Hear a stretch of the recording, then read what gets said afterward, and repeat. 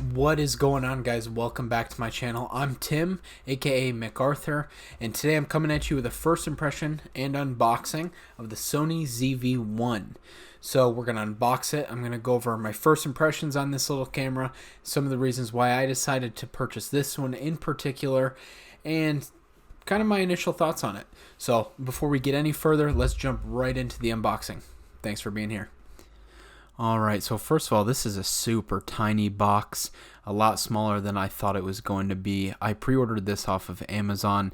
When I unboxed the Amazon package, there was some Amazon tape here over this flap, so that made me a little bit nervous that maybe it was a return or something of that nature, but I think Amazon just put that on there to kind of keep it closed because it doesn't have tape on that flap from the factory. So open it up here, we have some paperwork. Probably not going to read that. Toss it over there to the side and let's jump right into it. We'll pull the camera out first here. Actually, you know what? We're going to pull this out. Save the best for last. So this looks like it's going to be a dead cat. It connects right there to that hot shoe up top. So that'll be nice when you're recording outside, kind of dampen up that wind noise. And here's a USB cable here.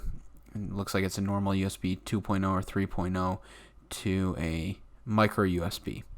I assume that's how you charge the camera. And let's pull this camera out here if I can get it out.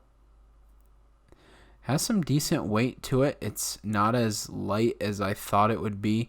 It's not heavy by any means, but it does have a little bit of weight to it, which is nice.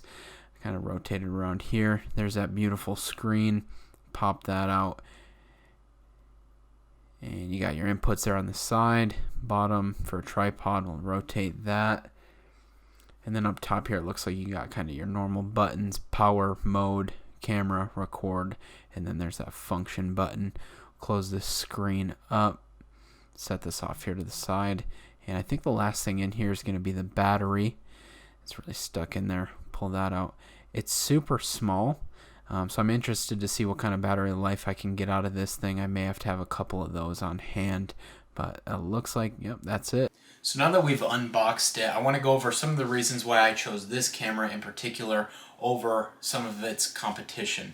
First of all, it's the newest, smaller camera out there. So if I'm going to get a camera, I might as well get the newest one and have that longevity. I can have it for a while. So that was probably the first reason. Second reason is I wanted to have a separate device from my phone. So all the content creation that I have been doing has been using my phone and using Twitter and Instagram. Your phone, that's perfectly fine. All the pictures I take, I probably won't take many pictures on this. That will mainly be on my iPhone itself and then upload that directly to either Twitter or to Instagram, and you can find those links down below. But I did want to have a separate device for YouTube in particular. When I'm recording a YouTube video on my phone, I have to have that camera facing me, which means the screen is facing away from me.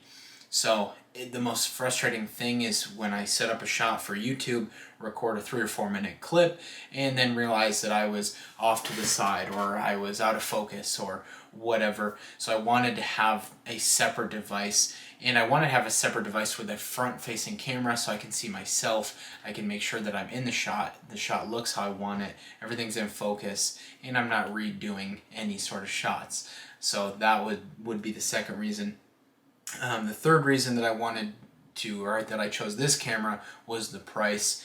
There's obviously a wide range of prices. I think the Sony a6100 is like $500, and then they go all the way up into obviously thousands of dollars. This one came in at about $750 at launch. I did pre-order this camera, and there was rumors that that was a pre-order special, so if you pre-ordered it, you kind of got grandfathered into this pricing, but then it was going to go up. I did look. That pricing did not change. It's still about $750, at least on Amazon.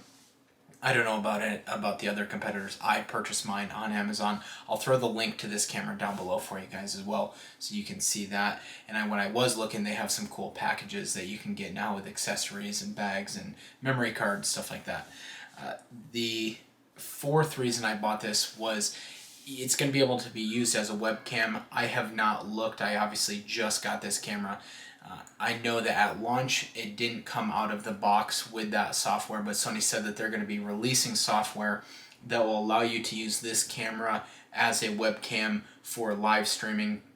You don't need any sort of Elgato cam link, any sort of special cable. You don't need to pay for any special software. That will just come with the camera. And so I do stream on Twitch. That link will also be down below. Right now I use a Logitech C920, which is a fairly good webcam. I've tweaked it a little bit, so it's done its job, but I definitely wanted something with a little bit better picture quality, and so I can improve my stream quality for you guys. So if you'd like to catch me on Twitch, that link will be down below. We can talk about tech, we can talk about dad stuff, we can talk about car sales, whatever you want to talk about. And if you just want to come and see me be aggressively average at Warzone, swing on through. We have a great time over on my stream. And the last thing is I didn't want to go with a big DSLR.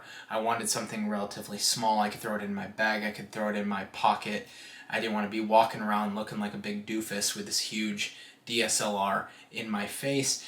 And quite frankly, a DSLR is more than what I need. Once it's set, I just want to set it and go. I probably will never really tweak it all that much, and it's just way more hassle than I wanted to deal with. So this size is kind of what I was after there, and I didn't want to be lugging this big thing around. Okay, so let's take a look at some clips that I've taken just kind of messing around with it throughout the day and see picture quality, or video quality rather, outside of sitting here on a tripod with a light and kind of a perfect scenario. So let's check those out, and then we'll come back for my final thoughts on it.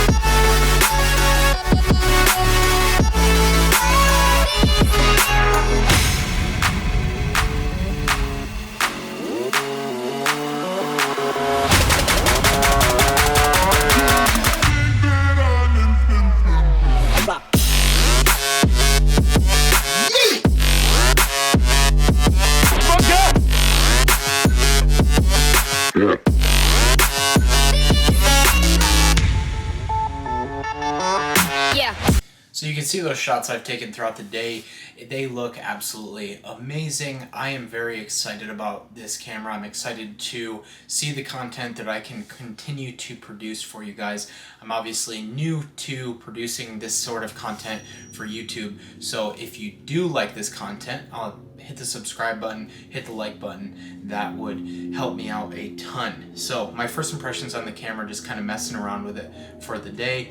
First thing I have for you, it feels really good in your hand. I have gigantic hands, a weird flex, but it's a smaller camera. It does have a little bit of beef to it, so even with somebody with really big hands, it feels really nice in the hand. So I do really like that. Its user interface seems to be very user friendly. It took me a couple minutes to kind of figure that out and mess with those settings. Figure out where everything is. Words are super hard. So that is really nice to have. Like I was saying earlier, I wanted something that I can just kind of take out and go, and once it's set, it's set. The autofocus is probably the biggest thing that has blown me away. This camera has a feature called Product Showcase, so you can turn that off or turn that on. I have it turned on right now, so I'll show you guys that.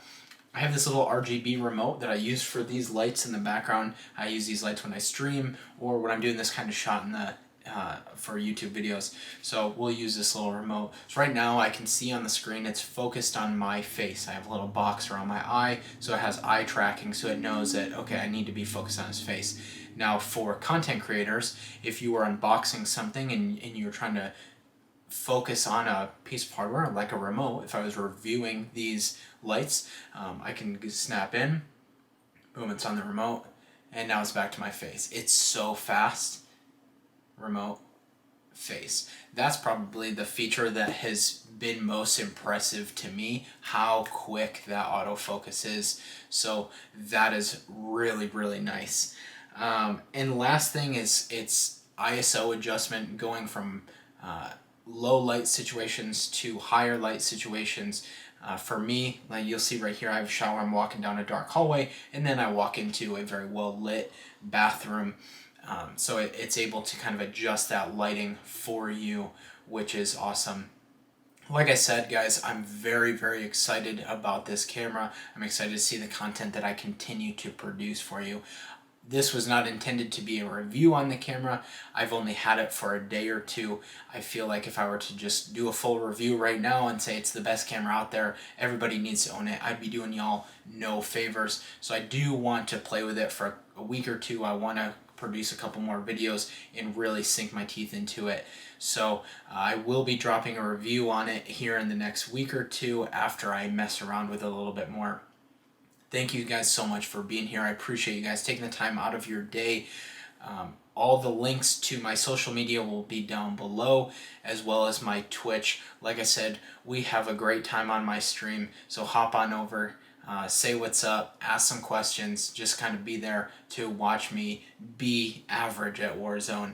So thank you guys. Like I said, if you liked this video, hit the like button. If you're liking the content that I'm putting out, hit the subscribe button. And if you dislike this video, hey, that's cool too. Hit that dislike button twice and really let me know that you hated this video. So thanks guys. Catch you on the next one. See ya.